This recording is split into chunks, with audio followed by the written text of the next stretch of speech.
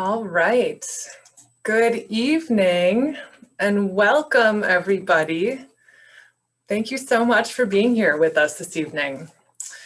My name is Amy Alstad, and I am the Director of Land Management and Environmental Education here at Holy Wisdom Monastery. And I am so pleased to welcome you to this webinar this evening.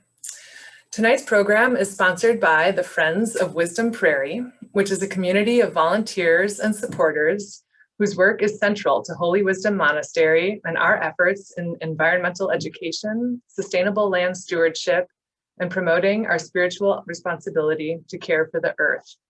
If you are already a member of Friends of Wisdom Prairie, thank you. We are so grateful for your support. And if you are not already a member, I'd invite you to join us. We rely on member support to offer programs like this one this evening. Before we begin, I want to acknowledge that humans have called this place home for 12,000 years, and that 11 tribal nations are tied to the lands that make up Wisconsin. Today, Holy Wisdom Monastery rests on the ancestral homeland of the Ho-Chunk Nation, and this sacred land tells centuries-old stories of Indigenous people. We invite you to join us in reflecting on how their stories and their traditional ecological knowledge can transform our collective relationship with this land.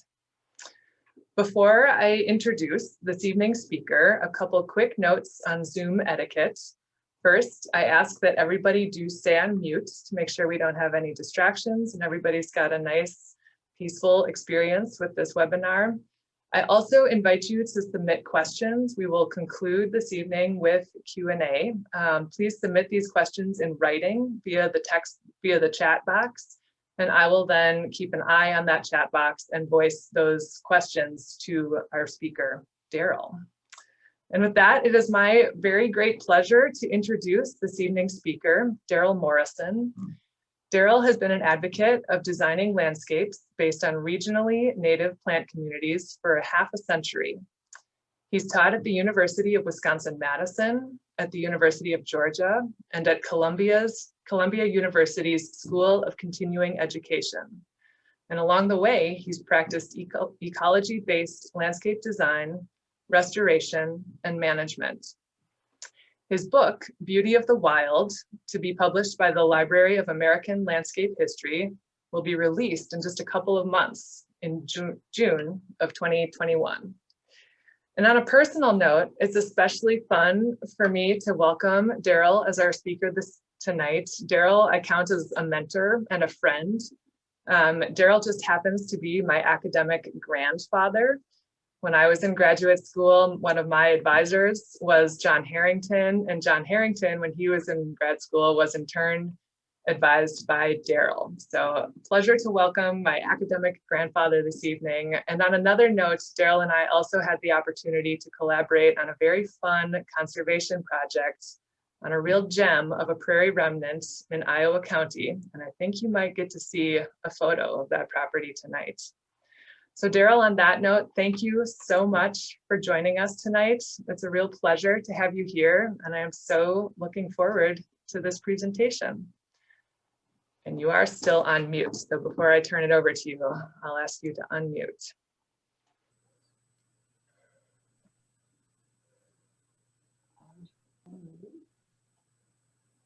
Yeah. I'll get rid of that, and you're on. Okay. Well, good evening. And it's great to have grandchildren like Amy. My 50 years. Over the decades I've been dealing with landscapes, I've sort of developed 5 goals in any design landscape project. And these are, you don't have to take notes, but you may. The first, that it be ecologically sound. Second, that it be experientially rich. Third, that it be of the place. And fourth, that it be dynamic, changing over time. I'm going to expand just a little bit on that. If it's ecologically sound, it will be not consuming resources unnecessarily. It will not include invasive species that get out of hand and diminish diversity. And in terms of experientially rich, I think the photograph on the screen even now suggests how rich an experience it can be to be in a natural or naturally evolving landscape. There's movement, there's light, color, texture, and the whole array of experiences. Third, it will be of the place. Gertrude Stein is well known for a quote that she made many years ago about her hometown of Oakland, California, where she said, "There is no there." And that's something we should try to avoid in doing design landscapes. We should know where we are, when we are in a particular place, particular region. There should be cues and clues as to where we are, rather than generic Bradford pear landscapes, for example. Then finally, the landscape should be dynamic. It should change over time. That is the way nature works, and nature is our best instructor in dealing with landscapes which are evolving over time. I like to think of the various arts. Painting is basically two-dimensional. Sculpture and architecture is three-dimensional. And landscape design is four-dimensional, with time being the fourth dimension, which makes it really exciting, because what you see today is not what you will see 4 months from now, or 6 months, or 10 years, or 20 years. It'll always be a new experience, if it is in fact dynamic. Well, I didn't come up with those ideas all at once. It's evolved over that half century that I've been working, and oftentimes I have learned a lot from natural models. I'm going to show one right now, I think. Well, technology is not my strong suit. Sometimes it just gets frozen. There we go. Okay. Now it's super. And this is in the University of Wisconsin Arboretum, a beautiful photograph by Robert Yeager, who in fact has many photographs in the book that Amy mentioned.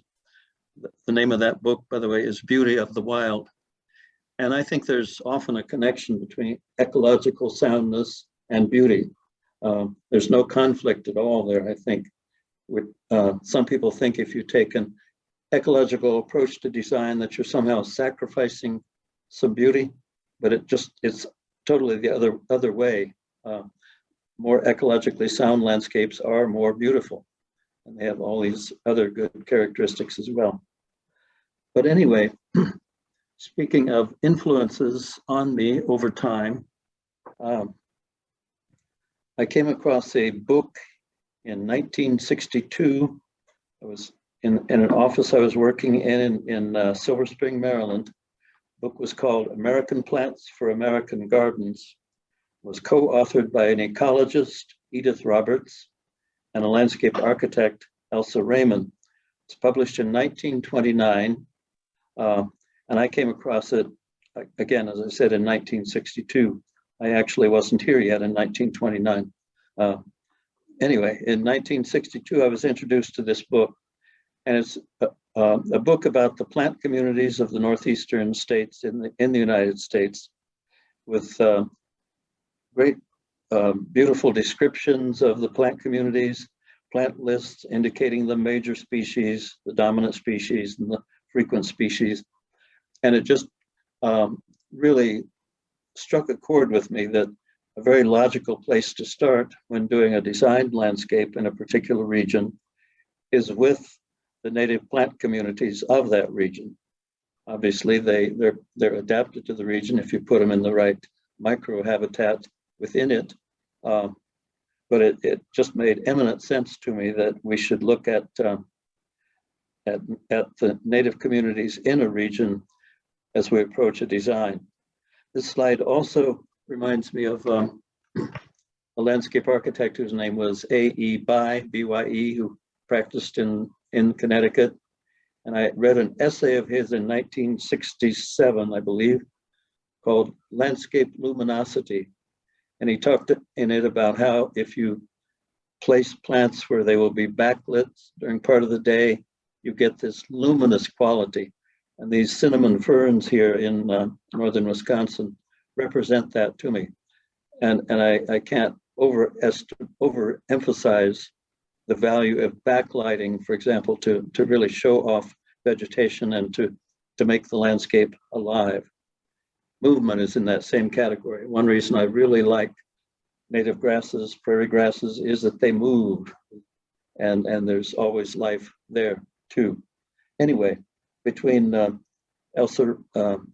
Robertson Raymond's book and various other influences, I've kind of developed this philosophy of where we should be and what our goals should be in design.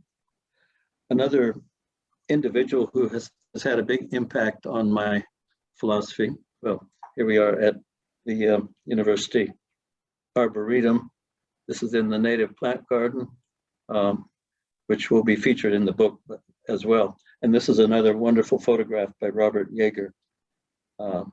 Then moving on to a big influence in my life was the landscape architect Jens Jensen, Danish-born landscape architect who came to this country in 1885, I believe, began working in 1888 for the Chicago parks. And in about 1915, he did a design for Columbus Park in Chicago. This is a view of the, quote, Prairie River in Columbus Park. And there are so many good design features about this, namely in, the spatial manipulation, the mystery, the idea that there's a peninsula of hawthorns and other trees on the right, which partially conceals the landscape. The space flows around, and then there's a wetland planting in the intermediate area. But just really inspiring work using plants. And Jensen, while he was from Denmark, learned a lot about native plants in the Midwest, especially on outings with Henry Coles, botanist, ecologist, who wrote some classic papers on plant communities and plant succession around 1900. Anyway, Jensen spent a lot of time in the field, and I am so, I just totally believe that people who design landscapes need to spend time in naturally evolving ones to learn not only species, but also processes and look at patterns. So Jensen, in this sense, was a hero of mine. And this is a trademark in many of his projects. This is a council ring. This is the one at Lincoln Memorial Garden at Springfield, Illinois, designed by Jensen. And he wrote about council rings being wonderful symbols where everybody's equal on the circle, equality personified in the circle. And that's something that I really appreciate as well. Okay, now, as Amy mentioned, I've been at this for 50 years, more or less. And in fact, I taught at University of Wisconsin from 1969 to 83. Then I went away for 33 years and I came back a few years ago. Anyway, during that first era, in 1972, I proposed a new course in landscape architecture, the native plant communities of Wisconsin. And it did obviously incorporate botanical information, especially that in John Curtis's book, The Vegetation of Wisconsin. But the course also, in that course, we also tried to talk about the aesthetic results of the various native plant communities and the environment in those communities. And it just sets the tone for our work if we can really look at and preferably experience the native plant communities of the region we're in. So in 1972, I originated that course. 1973, the university started its 3-week intersession in May and June, and I proposed a field course on native plant communities then. And I taught it solo for 2 years. And then after 1975, when Dr. Evelyn Howell joined the faculty in landscape architecture, we co-taught it for another 10 years. And again, I can't say enough for the value of collaborating between a scientist and a designer, the ecologist, landscape architect combination, very much like Edith Roberts and Elsa Raymond were at Vassar many years earlier. Okay. And in those field classes, we saw representative stands of various plant communities. This is an oak hickory forest, the one out near Pine Bluff at Observatory Woods. And here we see some of the characteristics of the oak hickory forest, which is in a dry to intermediate moisture zone. But it's very complicated, so to speak, with lots of branches and angular branching oftentimes. And this particular stand was most likely an oak savanna sometime in history, but then when fires were stopped, oaks and hickories came in under the old bur oaks, and this is the visual effect of that. And then there's another forest type, namely the maple basswood forest in southern Wisconsin, represented by an arboretum outlying site, Abraham's Woods near Albany. And it's very different in character. The straight vertical sugar maples and basswoods, and also some black cherries and some red oaks, but beautiful compositions. And this picture reminds me of something I often brought up in the field. Landscape architects have a tendency to draw their tree canopies as circles, and they have a tendency to draw them at about 25 to 30 feet in diameter in their plans. And then they have a tendency to have them just barely touch. So you end up with trees planted 30 feet apart in a tree planting. And that's not the way they grow out there. There are some that are 30 feet apart. There's some that are 5 feet apart. There's some that are 75 feet apart. So there's a lot of variation in the spacing and the pattern. And here's another site. This is one Amy referred to. This is a dry goat prairie, hillside prairie in Iowa County. I bought 20 acres there about 20 years ago, and more recently I've transferred it over to the Driftless Area Land Conservancy, a great group, and they're managing it and even doing some adjacent restoration even now. But very different aesthetic quality, fine texture, the warm colors in October, and the movement. I like to do these presentations live with a screen behind me that is movable, and I can shake the screen so you can see the movement, but we can't do that tonight. Anyway, moving on, there are other prairie types too. This is one of my favorites in the whole world too, showing some really representative patterns in a native prairie. This is in Chihuahua Prairie near Lake Michigan, basically between Chicago and Milwaukee near the state line. But the beautiful patterns, the drifting patterns, and early people who arrived, early explorers who arrived in the Midwest, talked about the ocean-like waves of grasses that is certainly represented at Chihuahua. In the field course that we developed, here we see a group of students looking closely at meter square quadrats, probably doing some mapping and drawing of plants. And here, again at Chihuahua, you see the patterning on the slight ridges. There are shooting stars and puccoons in the lower areas. There are sedges and rushes and more wet tolerant species, but there's a clear pattern about it. Some people, before they get into it, think sometimes that nature is chaotic, but it's not. Everything is where it is for a reason. And as a result, there's coherent pattern in the landscape. And we can replicate that to some degree in our designed restorations and landscape plantings. I had to throw this in too. This is Avoca Prairie west of Spring Green, about 20 miles, I believe, with a class probably around 1980. And the mosquitoes were really bad that day. You can see a lot of people being scratching mosquitoes. Anyway, that's part of the experience, not the best part. This is at Avoca Prairie once more, and the richness of the planting composition all evolved naturally with the Joe Pye weed and cordgrass and ironweed and wonderful array of species. And when I took this picture probably in the 70s, and it always inspired me, and it became a bit of a model for a garden at the University of Wisconsin Arboretum native plant garden that you'll hear more about later. But the combination again of texture and color is just spectacular. You're in that same prairie with a bit of fog. You see sunflower and prairie cordgrass. I do like fog too, and fairly often I'm in a fog. Anyway, moving on.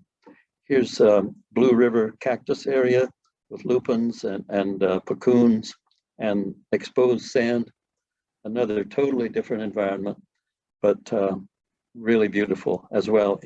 And actually, it would seem to be an impoverished environment, being so sandy and dry, but look how beautiful it is. And at Lodi's Mill Bluff,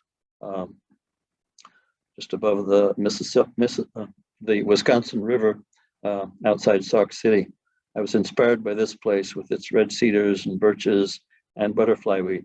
I think that's the first place I saw butterfly weed in bloom, and it always stuck with me. And here, I did move to Georgia in 1983, and was surprised, pleasantly surprised, that even in Northwest Georgia, there are native prairies. And this is one that I really enjoyed. Again, a very seemingly impoverished environment, very dry, rocky, but this is the beautiful composition that had evolved there. And if you squint a little bit, you see almost a river of gold grasses moving through it. And again, we can learn from these. There is a little blue stem in here, and also a split beard blue stem, and just a great diversity in a limited space. Onward. Now comes the test. Not for you, but for me. This is a design that I did for a garden in Westchester County, New York, and the dots represent different species, the different colors. And I drew this at 1/4 inch equals a foot, and the dots were each about 1/4 inch, so suggests that the spacing was 12 to 15 inches apart for the plugs that we planted here. And you can see it without my pointing it out, I think, but we're on the north side of a 3-story house, and at the bottom of the picture you see the most shade-loving, shade-tolerant plants. There's blue cohosh, there's Christmas fern, I believe, a great diversity. And then as we get farther out with the blue dots, those I think are blue cohosh. And then there's some solid greens, those are sedges, but they drift diagonally across that straight walk. And then as we go farther up in the picture, we get increasing amounts of light, so that the species composition changes. The sort of coral or orange color are columbines. They grow near the sidewalk, the walkway, but then they extend out into the more sunlit area, and they trail off in the distance. Something I learned early in my career from one of the people I worked with was to think of drifts of plants, whether it be shrubs, trees, or herbaceous plants like these. And often there is a directional movement to the plants. There's also tendency for them to become more widely spaced at the extremes, So at the far ends, there may be a leader or a trailer, and that works very effectively in planting. I should mention that this was planted, I believe, in about 2013, 2014, and there has been movement since then.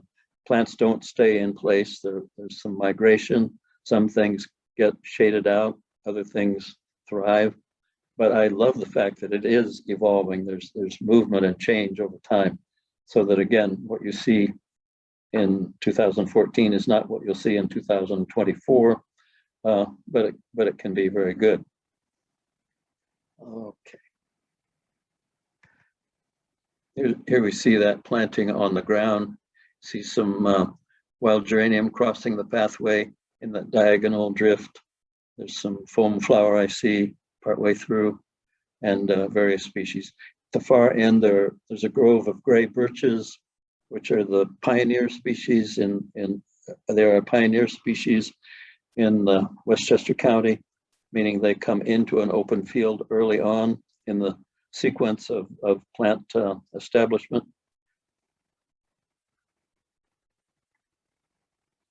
Now this is more clearly rivers and drifts, I believe. This is a steep slope next to the old snuff mill at New York Botanical Garden. And in this plan, you see diagonal drifts of gray birches. I don't know if I have a pointer. Do I have a pointer? Oops. Oh dear. Help. Help. Yes. Darrel, you can, if you use the mouse and scroll over your screen, we can see your mouse. Okay, let's see. How do I need help. Oh, I see. There. No, I guess we don't. Need to get rid of that. Doesn't go onto the screen. No, you don't have it. Sorry. Okay. It just. You try advancing to the next slide. Maybe that menu won't come with us. Okay. Nope, didn't. I'm Sorry. To the side of it, Karen, and that menu should disappear. I'm trying. I'm a botanophile and a technophobe. There, now you, okay. Oh, yeah, I Now can you do got that. that. Thank you very much, Karen.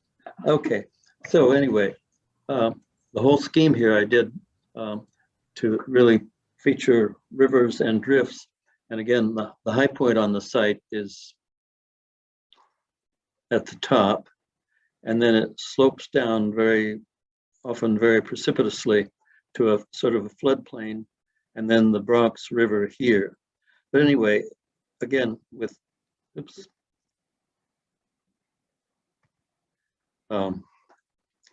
The drifts are the trees and shrubs and others, but here we have, let's see, yeah, a drift of gray birches sloping down, trailing off. Here's another drift of gray birches moving across the site. And then there's a group of dwarf native amelanchiers here, always following that drifting pattern. And then gray dogwoods, and then spice bush as we get lower and more moist, etc. And then the various colored zones are various combinations of herbaceous plants, but again, keeping that fluid directional movement. The trees in the lower part are black gums, which can stand being flooded, and the Bronx River does flood sometimes. There's also buttonbush and winterberry holly in the low areas. This stairway was not built, which gave us more planting room. and that's good from my standpoint. Now we'll look at it on the ground about a year after having been planted, and here we see it.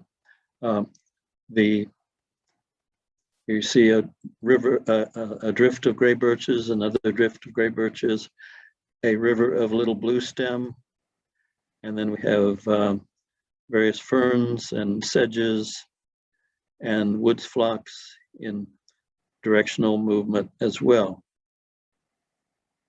Oop. And here's a view, not from the bridge, but of a bridge in that garden.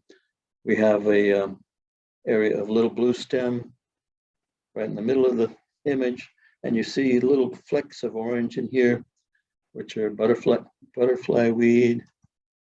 Oop, oop, oop.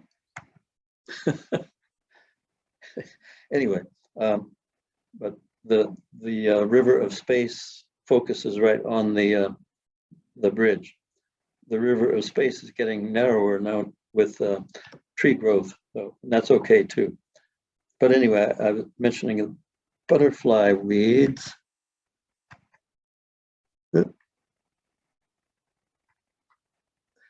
Among the little blue stem, and we planted the butterfly weeds on a day in June, I believe, and they'd started blooming, the plants we planted, and within an hour of our planting them, butterflies were there. They got the word. Pretty neat. Now I'll try to. And this is looking down onto the woods phlox from the second story of the old stone mill that this garden was planted next to. And if you look here again, you see how there's, can't find my arrow. Here we are. The woods phlox are very, very abundant here, but then they trail off in this direction.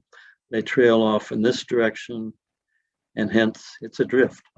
The yellow plants back here are ragwort or senecio species in a drift that is a bit closer to the river, and again, flood tolerant if that happens. Okay. Now something very different. Here the rivers are much broader. This is at Storm King Art Center, a sculpture park, 500 acres of land, 300 of which is wooded, 200 of which was lawn in 1990. And we have converted 50 of those acres to native tall grass plantings. And obviously there are mowed areas. They have 200,000 visitors a year when there's not a pandemic. And so we have very broad rivers, if you will, but then the texture and the color of the grasses provide a great contrast with that. And I like to think that the whole landscape has become sculptural now, with pieces of sculpture set within it as well. So that's one image. Here's another one with a de Souvero metal sculpture and Indian grass and a bit of blue stem and other species waving in the breeze. This is at Cornwall, New York, about 50 miles north of Manhattan. And here's one of my favorite gardens that I had the privilege of working on when I was in New York from 1905, no, not 2005. I'm dropping whole centuries now. 2005 until 2015, I did native flora garden expansion at the Brooklyn Botanic Garden. And one thing I really like about this is that just over the horizon is Flatbush Avenue. So here we're in Brooklyn, New York, next to Flatbush Avenue. We have this rich landscape composition. And it's modeled on the pine barrens of Long Island and New Jersey, and the Hempstead Plain, basically tall grass prairie on Long Island. And this is what we got in, I believe, 1 year after planting. We planted 15,000 plugs in this case. We used about, I think, 20 pounds of native grass seeds, and all the seed for the project and all the plants for the project were locally grown by Greenbelt Nursery, which is a nursery that the city of New York runs. They have a great species diversity, and again, everything is locally native, grown from seed that has been collected in the region. But we'll look a little of the process leading up to this. Here's an early version of the plan. It's only a little over an acre, so we're really compressing plant communities here. But we start at the high point. High point on the site is this up here, and it slopes gently in this direction. And oops. And here, as is my tendency, I outline, quote, plant community groupings. In the upper part of the site, we're doing the Hempstead Plain representation with xeric or dry prairie, dry mesic prairie or meadow, and a mesic or intermediate moisture meadow as we come down the slope. And then there's a blue zone, which is, as tradition has it, a water body representing a lowland in a pine barrens. And then the light blue next to that is a bog planting. Here we go. And then here's a sandy ridge. We created a sandy ridge to replicate to some degree the New Jersey pine barrens environment. So we have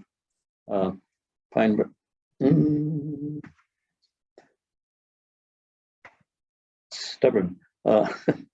Anyway, we have upland pine barrens in the purple, and then the various greens grading up to the rust color for the Hempstead Plain. And then moving on, which the machine has wanted to do for a long time. Oops. Oh, sorry about that. Here we go. This is what I do early in the evolution of a design. Lots of scrolling around. Sometimes I use music to inspire those forms. But this is kind of how it begins. You don't usually see these drawings, but I thought it might be of interest. And here we see the woody species plan. And you see the pathways. There is a boardwalk adjacent to the pond and bog that runs around here. This is a stabilized aggregate pathway.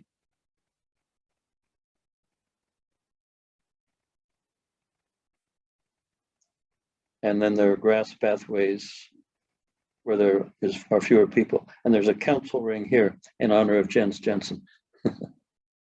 Okay. And here's my somewhat generalized plan for the herbaceous planting. Like I said, we planted 15,000 plugs on this project and then seeded certain areas with native grasses predominantly. And I won't go into it, but there would be not within these strict forms, but the ovals you see here become the nuclei for plant groupings. And then I flagged location of individual plants within them. That is hard on one's back, 15,000 of them. But anyway, got it done.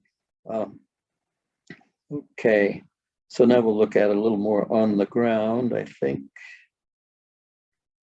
Yeah, here early on is the pine barrens planting with the sand still very prominent. There's purple love grass in here. There's little blue stem. There are prickly pear cactuses. Oh, and I had a great experience on one occasion when the project was about this stage with just the little pitch pines here. I was here with a group of landscape architects pointing out the pine barrens planting. And I said, it just warms my heart to know that a Brooklyn child can see prickly pear cactus growing as it once might have grown on Long Island. And just then, a father and son came in, a little 5-year-old kid, 5 or 6, and he said, "Look, Daddy, a cactus." And I really didn't put the kid there. He just came at the right time. Made my day. Here we see, now you see the cactus in the middle of this picture. This is the Pine Barrens upland, but the pond and bog are just beyond with the boardwalk. Here we see the boardwalk. And the detailed design for that was done by a firm in New York called SiteWorks, whose principal is Annette Wilkes, who was a student of mine at the University of Wisconsin in the 1970s. So tables were turned. I was working for her in a way.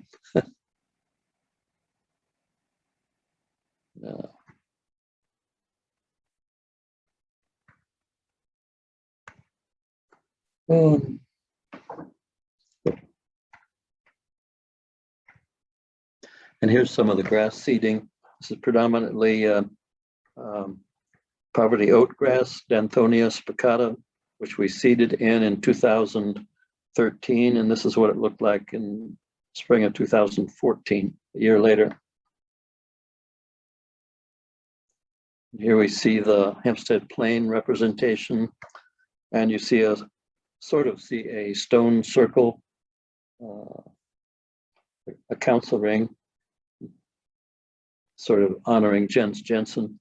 And I had the good fortune of walking through this garden with Jens Jensen's great granddaughter, Jensen Wheeler Wolf, who's become a friend ever since. And this is a wintertime view photographed by Nancy Ayton, one of my former grad students at the University of Georgia, showing the rich colors in the winter in the Pine Barrens. Little blue stem, which is a color that's familiar to many of you. Then there's pearly everlasting, the silvery gray, and notice how it drifts. I think people tend to think winter gardens are dull. They don't have to be. And just as nature has lots of color in the winter, so can a designed native garden. And now, my favorite project. This is the University of Wisconsin Native Plant Garden.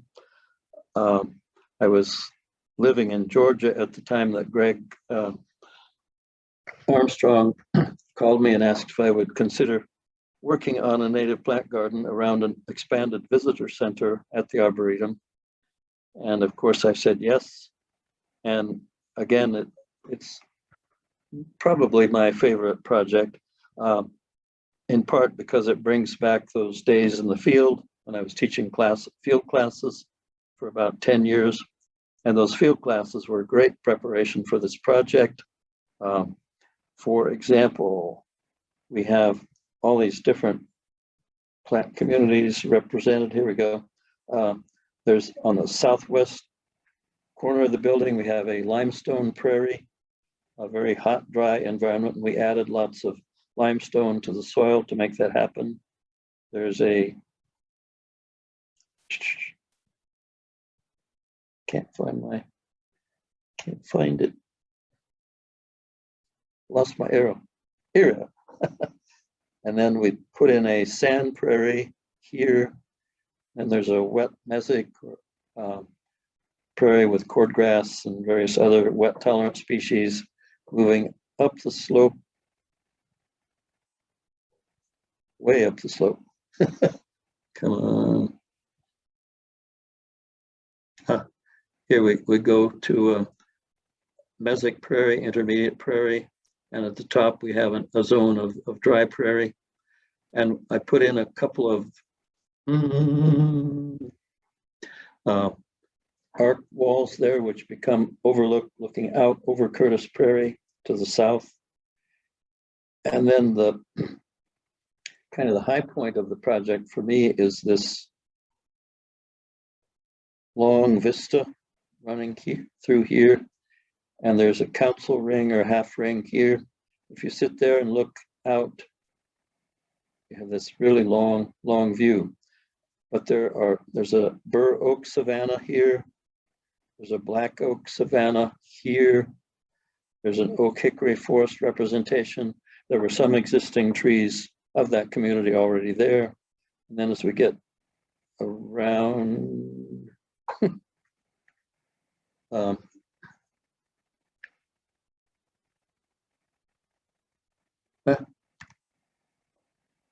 anyway, in the upper part of the design, there's a maple basswood representation. Then as we come around to this area, we get into red cedars and paper birch, reminding me of Lodi's Mill Bluff with the butterfly weed. And we have a, well, we'll look at this long vista now as it looks on the ground. Here we are, another one of Robert Yeager's fantastically beautiful photographs. And here you see on the right, you see some bur oaks in the bur oak savanna, planted in 2002, as it looked in about 2020. And we planted the bur oaks as little 2-inch trees. They're now 8-inch trees. There's another, this is interesting to me because the big tree in the center left is a purple, autumn purple ash tree. And it was afflicted with emerald ash borer. So about 3 weeks ago, it had to be cut by the land care group at the Arboretum. And now with the shade that was there gone, we will be planting a new prairie area there. But what I like about this time, I'm going to intentionally go back one picture and look at the long central vista, which does have some lawn in it. There will be less when we do our new prairie planting. But anyway, when you're sitting in the council ring, you don't see any of that lawn. You just see the taller species.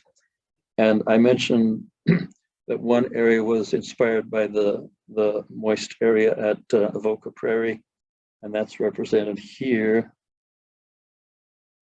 by a low point here. We collected all the roof rainwater from one side of the roof and directed it to this wet area. So there we have Joe Pye weed, we have marsh marigold, we have ironweed, and lots of wet tolerant species. In this case, I was given the list of plants that the Arboretum scientists wanted represented in the garden, and we selected plants from 11 different southern Wisconsin plant communities. And the scientists gave me the plant list. So I had a plant list of about 400 species before I started the design.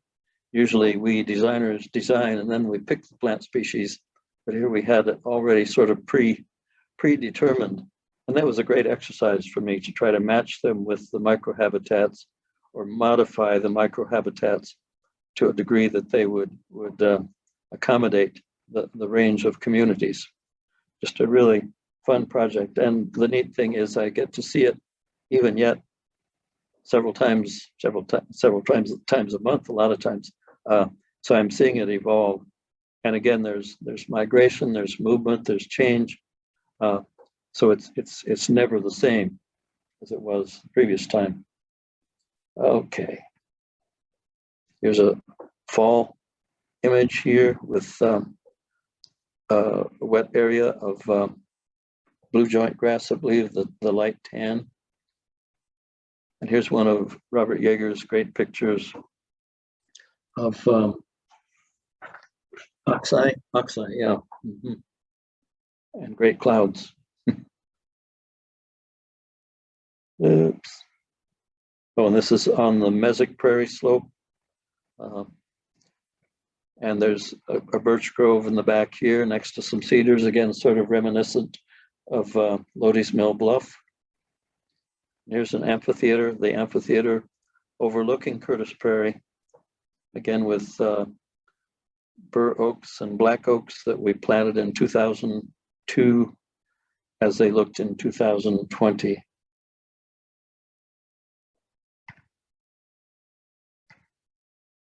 And the last picture is council ring at the Arboretum. This is not one that Jens Jensen designed. I designed this one in the late 90s, and we placed it. It's on the west side of the south side of the parking lot. And when you're in it, you look out through an oak savanna, a pre-existing oak savanna. And that, I believe, is the last picture. Oh, there's something. Oh, yes. And there is a book coming out in June called Beauty of the Wild. It's published by Library of American Landscape History, and it will be released in June. I believe one can do an advance order with Amazon or Barnes and Noble even now, but the book will be released in early June. And with that, I will stop for the time being and see if anybody'd like to ask any questions.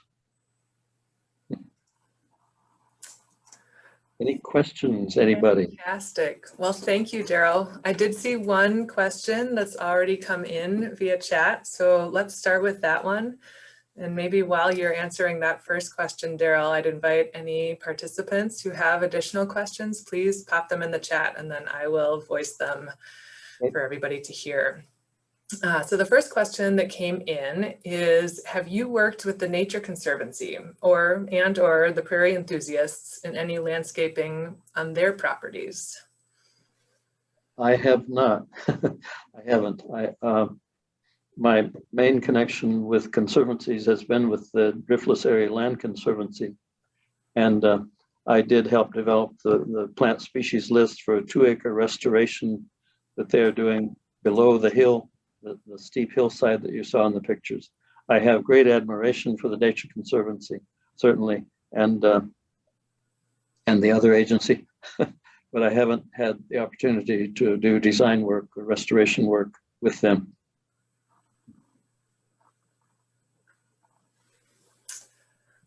All right, here comes some questions.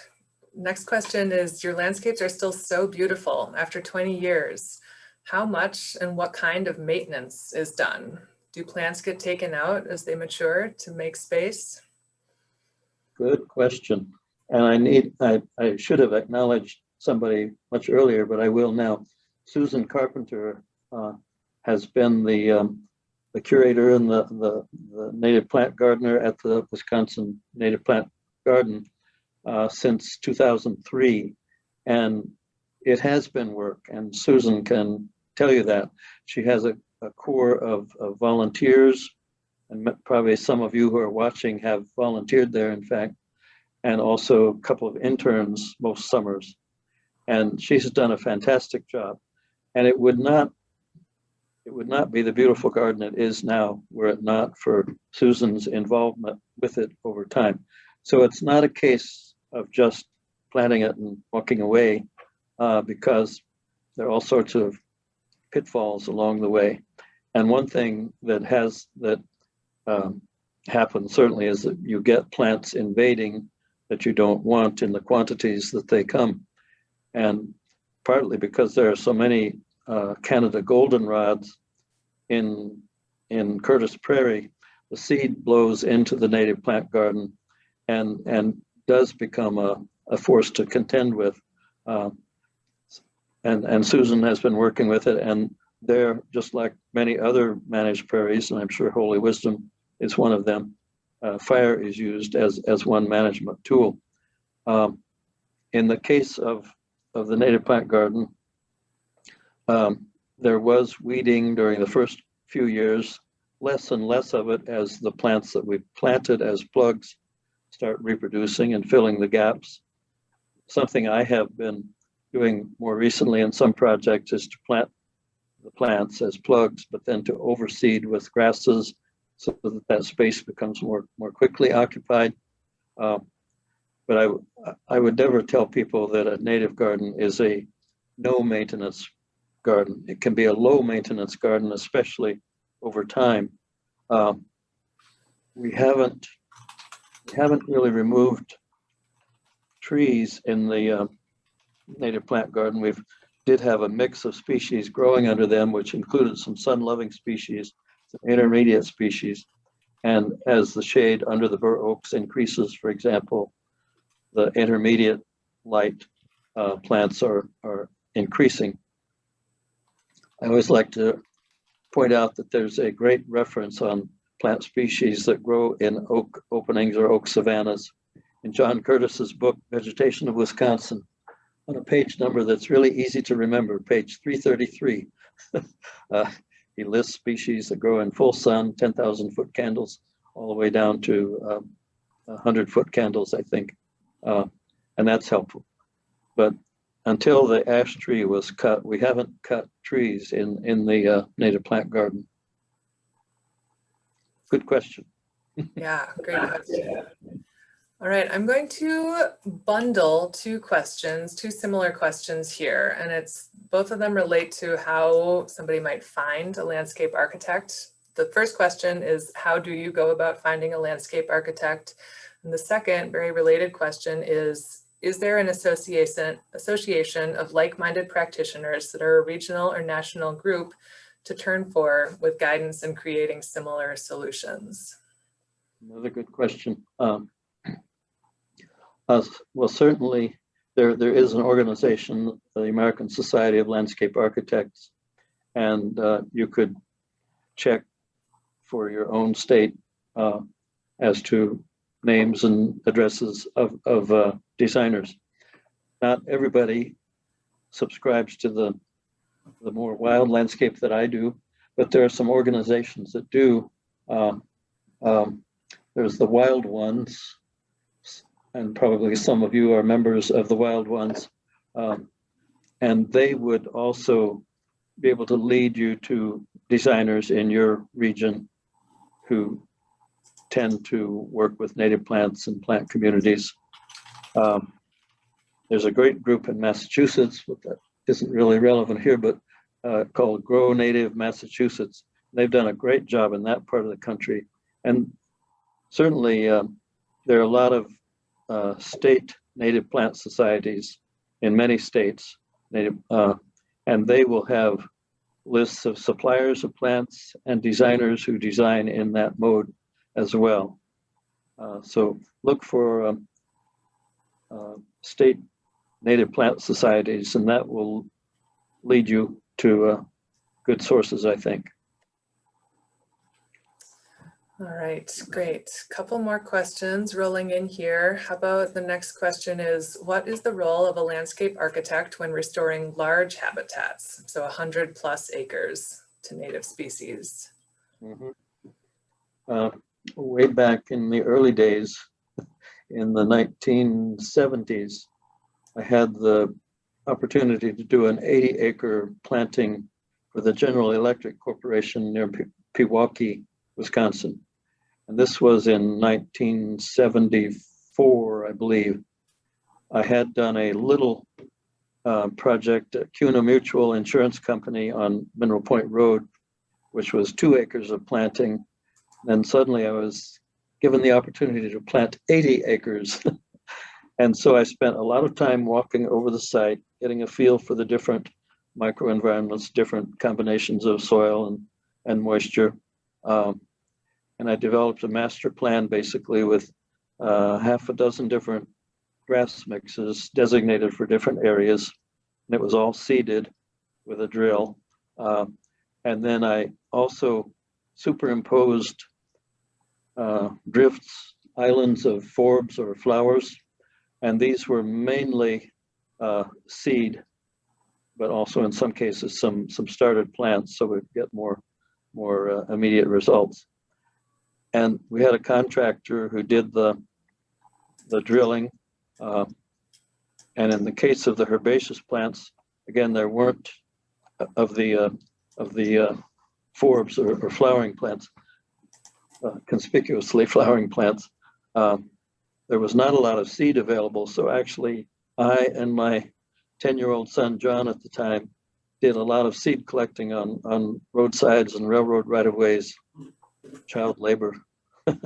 By the way, it became a great education for John. Not that he's pursued that in his career, but Uh, I remember very well on one occasion going west on Highway 14, and I needed Anemone cylindrica. What's the common name, Amy? Anyway. Boy, now you're putting me on the spot. Not Canada. Yeah, maybe just cylindrical anemone, right? Yeah, that's fine. Anyway. And John had been collecting seed with me on a number of weekend occasions. But we were driving west on 14, and I said, I'd really like to get some of that anemone. And he looked about a mile away, and there was a hillside with some scattered trees on it. He said, Dad, I think there's thimbleweed up there. And we went up, and there was. He had learned where it grew. That was kind of neat. So, and while I'm bragging about my kids, my younger son Scott was once showing people around our backyard in Madison, where I did have a prairie slope that I'd planted, and Scott was 3 at the time, and somebody asked him, "And what do you call this pretty little flower?" He pointed to a monarda or bee balm, and Scott said, "Monarda fistulosa." Made my day too. What a great story. All right, we've got a couple more questions here. One question on site preparation. What are your basic steps in getting an area ready for planting or seeding? Oh, wow. There's so many different existing conditions that one has to take into account. But one thing is you do have to get rid of any bluegrass sod, because it will simply not let the natives get in, because it occupies the ground so fully. So there are various techniques for that. And I much prefer a mechanical technique, just disking or very shallow cultivation. And if it has been lawn, it's probably not going to be as weedy as if it had been a farm field previously. But anyway, one does need to scarify the soil and have open soil for the seeds to get into. And then in the actual seeding, if you have a big area, there's a great mechanical drill that is used called the Truax seed drill. We used that at Storm King Art Center, but one can, in a relatively small area, hand broadcast, then rake the seed in and then compact it, even just walking on it or rolling it with a heavy roller. I'm increasingly trying to stay away from using herbicides, and I don't much like putting black plastic on the ground. I don't like plastic to begin with. So one thing that could be done would be to do that shallow disking. You don't want to do a deep plowing, because you bring up all sorts of weed seeds. If you just do a shallow disking and then plant a cover crop for a year, there are various cover crops that one could use. There's actually a native annual partridge pea, which is a legume, and it could cover the ground the first year. And then you could plant into that, and it will diminish as the perennial plants develop, because again, the partridge pea is an annual, and it needs open soil for it to develop. But one can do a sequence like that, or one could plant Canada wild rye, which is a short-lived perennial, as a first crop, and then if you're really patient, later plant a more diverse mix. That's a very short answer for a Good answer. question. That's a complex topic. Yes. All right, I see 2 more questions in the chat. The first one has to do with working with native communities of humans, indigenous communities. The question asks, have you done any work with or for indigenous communities in Wisconsin? Joint learning and giving back access to this land and knowledge would be wonderful. I think it would be wonderful, and I am sorry to say I have not yet had an occasion to do that, but I think it would be a wonderful thing, just as you're doing here at Holy Wisdom. because getting the species back that were here before we were here, when the First Nation people were here, would be a wonderful thing. And one last question. We can close with Julie's question. Thank you, Julie. So Darrel, you've mentioned many tree species that we expect to see in natural woodland areas. What do you think about hackberries? They seem to be spreading in wild urban areas and some local woodlands. Well, hackberries are, as you know, native, and in a somewhat wet mesic situation, I think they're fine. I haven't planted many of them. I guess I maybe planted one at Cuna Mutual many years ago, but I wouldn't rule them out because we don't want to eliminate that species. Apparently there's no problem with eliminating it though, if it's spreading so readily. Excellent. Well, on that note, I think we've reached the end of the questions that I see in the chat. Darrel, I want to thank you again. What a wonderful presentation. Thank you, Much Amy. of this is going to stick with me. I especially loved the metaphor of the fourth dimension of time. That is absolutely going to stick with me. And I want to thank everybody else who joined us this evening. What a great talk, and it's really nice that all of you were able to join us. So thank you very much. And I wish everybody stay well, stay healthy, and we'll hope to see you soon. Very good. Thank you.